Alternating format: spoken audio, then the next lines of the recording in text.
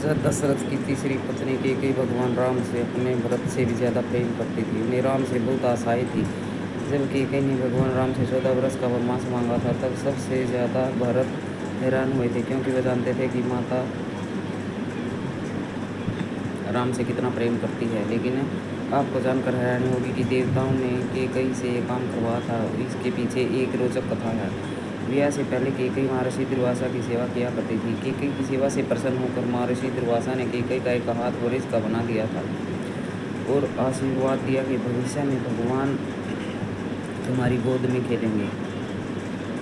समय का पहिया चलता रहा और कैकेयी का विवाह राजा दशरथ से हो गया। एक समय स्वर्ग में देवासुर संग्राम आरंभ हो गया। देवराज इंद्र ने राजा दशरथ को सहायता के लिए बुलाया। रानी कैकेयी भी महाराजा की रक्षा के लिए सारथी बनकर देवासुर संग्राम में पहुंच गई। युद्ध के दौरान दशरथ जी के रथ के पहिए में कील निकल गया और रथ लड़खड़ाने लगा। ऐसे में कैकेयी ने कील की जगह अपने अंगुली लगा दी और महाराजा की जान बचा ली। राजा दशरथ को जब पता चला कि कैकेयी ने युद्ध भूमि में किस साहस का परिचय दिया है, तो वे बहुत प्रसन्न हुए और 3 वरदान मांगने के लिए कहा। कैकेयी ने उस समय प्रेमवश यह कह दिया कि इसकी ज़रूरत नहीं है, अगर कभी ज़रूरत होगी तो मांग लेगी। कैकेयी ने राजा दशरथ को इसी वरदान के जाल में फांस लिया और राम के लिए 14 वर्ष का वनवास मांग लिया। लेकिन 14 वर्ष के लिए वनवास क्यों मांगा, इसके पीछे कई राज हैं।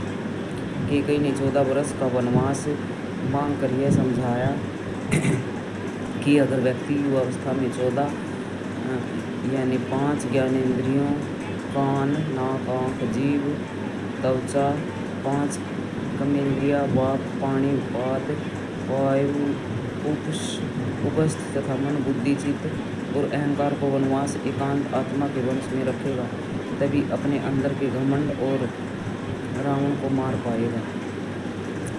दूसरी बात यह थी कि रावण की आयु में केवल 14 ही वर्ष शेष थे। प्रश्न उठता है कि यह बात कैकेयी कैसे जानती थी। ये घटना घट तो रही थी अयोध्या में, लेकिन योजना देवलोक की थी। कोप भवन में कोप का नाटक हुआ था। कैकेयी को राम पर भरोसा था, लेकिन दशरथ पर नहीं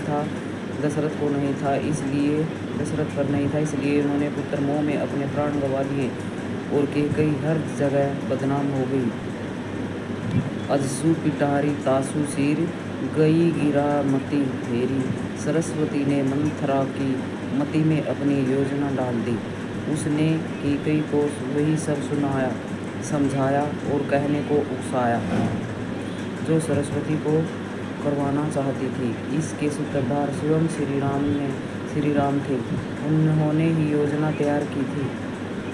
माता कैकेयी यथार्थ जानती है। जो नारी युद्ध भूमि में दशरथ के प्राण बचाने के लिए अपना हाथ रथ के धुर्रे में लगा सकती है, रथ संचालन की कला में दक्ष है, वह राजनीतिक परिस्थितियों से अनजान कैसे रह सकती है। कैकेयी चाहती थी कि मेरे राम का पावन यश 14 भुवनों में फैल जाए और यह बिना तप और बिना रावण वध के संभव नहीं था। कैकेयी जानती थी कि अगर राम अयोध्या के राजा बन जाते तो रावण का वध नहीं कर पाएंगे, इसलिए वन में तप जरूरी थी। कैकेयी चाहती थी कि राम केवल अयोध्या के ही सम्राट न बनकर रह जाए, वह विश्व के समस्त प्राणियों के हृदयों के सम्राट भी बने। उसके लिए राम को अपने साधित शोधित इंद्रियों तथा अंतःकरण को तप के द्वारा तदर्थ सिद्ध करना होगा। देवलोक में बनाई गई इस योजना का केंद्र राक्षस का वध था। महाराजा अनरण्य के उस शाप का समय पूर्ण होने में 14 ही वर्ष शेष थे। जो शाप उन्होंने रावण को दिया था, मेरे वंश का राजकुमार तेरा वध करेगा, जिससे भगवान राम ने रावण का वध किया था और देवलोक की योजना पूरी की। रामायण और महाभारत दोनों में ही 14 वर्ष वनवास की बात हुई थी। रामायण में भगवान को 14 वर्ष का वनवास भोगना पड़ा था, जबकि महाभारत में पांडवों को 13 वर्ष वनवास और 1 वर्ष अज्ञातवास में गुजारना पड़ा था।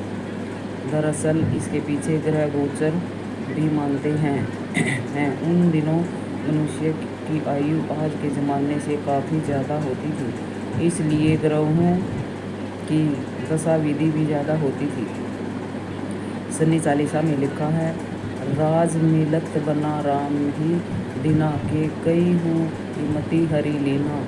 यानी सन्नी की दशा के कारण केकई की मति मारी गई और भगवान राम को सन्नी के समय विधि में वन भटकना पड़ा और उसी समय रावण पर भी सन्नी की दशा आई और वह राम के हाथों मारा गया। यानी सन्नी ने अपनी दशा में एक को कीर्ति दिलाई तो दूसरे को मुक्ति। दोस्तों, आपको ये पौराणिक कथा कैसी लगी कमेंट बॉक्स में ज़रूर